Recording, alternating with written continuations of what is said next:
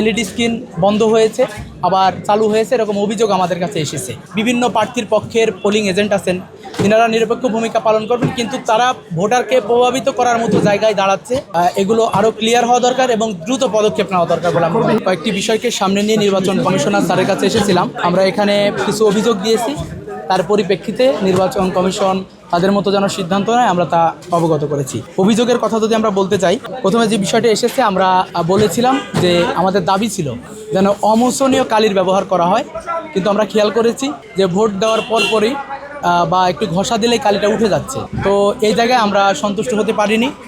2 নম্বর যে বিষয়টা আমরা বলেছি, শিক্ষার্থী যখন ভোট দিচ্ছেন তখন একজন কর্মকর্তা তিনি যাচাই করতেছেন কার্ডের সাথে তার যে স্টুডেন্ট কার্ড, এই স্টুডেন্ট কার্ডের সাথে যাচাই করতেছেন তার চেহারার মিল আছে কিনা। এই মিল দেখার পরে তিনি কিন্তু সেখানে যিনি ভোটার তার সেখানে একটা সিগনেচার নিচ্ছেন।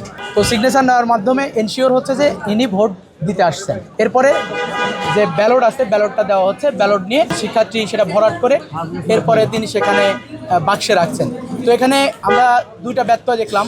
1 নম্বর হচ্ছে অনেক শিক্ষার্থী ভাই বোনেরা ভোট দিয়েছেন, কিন্তু সেখানে তাদের স্বাক্ষরটা নেওয়া হয়নি।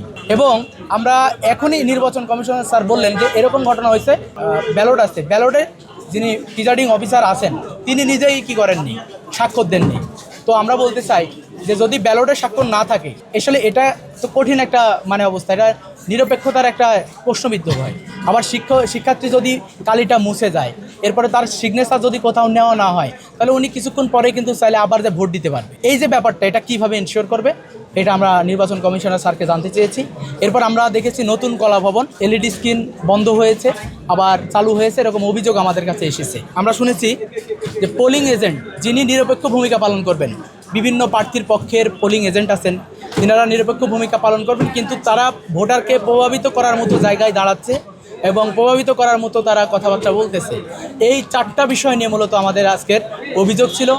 যে ব্যাখ্যাগুলো নির্বাচন কমিশনার স্যার দিয়েছেন সম্পূর্ণরূপে সেখানে আমরা সন্তুষ্ট হতে পারিনি।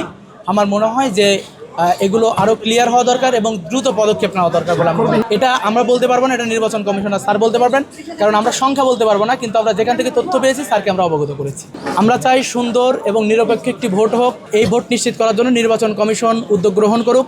আমাদের যতটুকু অভিযোগ ছিল আমরা অভিযোগগুলো দিয়ে গেলাম, নির্বাচন কমিশন দ্রুত পদক্ষেপ গ্রহণ করুক। আমরা চাই সকল প্রার্থীরাই ভোটে, যদি নিরপেক্ষ ভোট হয় সবাই আছে থাকবে, আবার ভোটাররা সুন্দরভাবে ভোট দিবে, এই পরিবেশটা যেন তারা নিশ্চিত করে।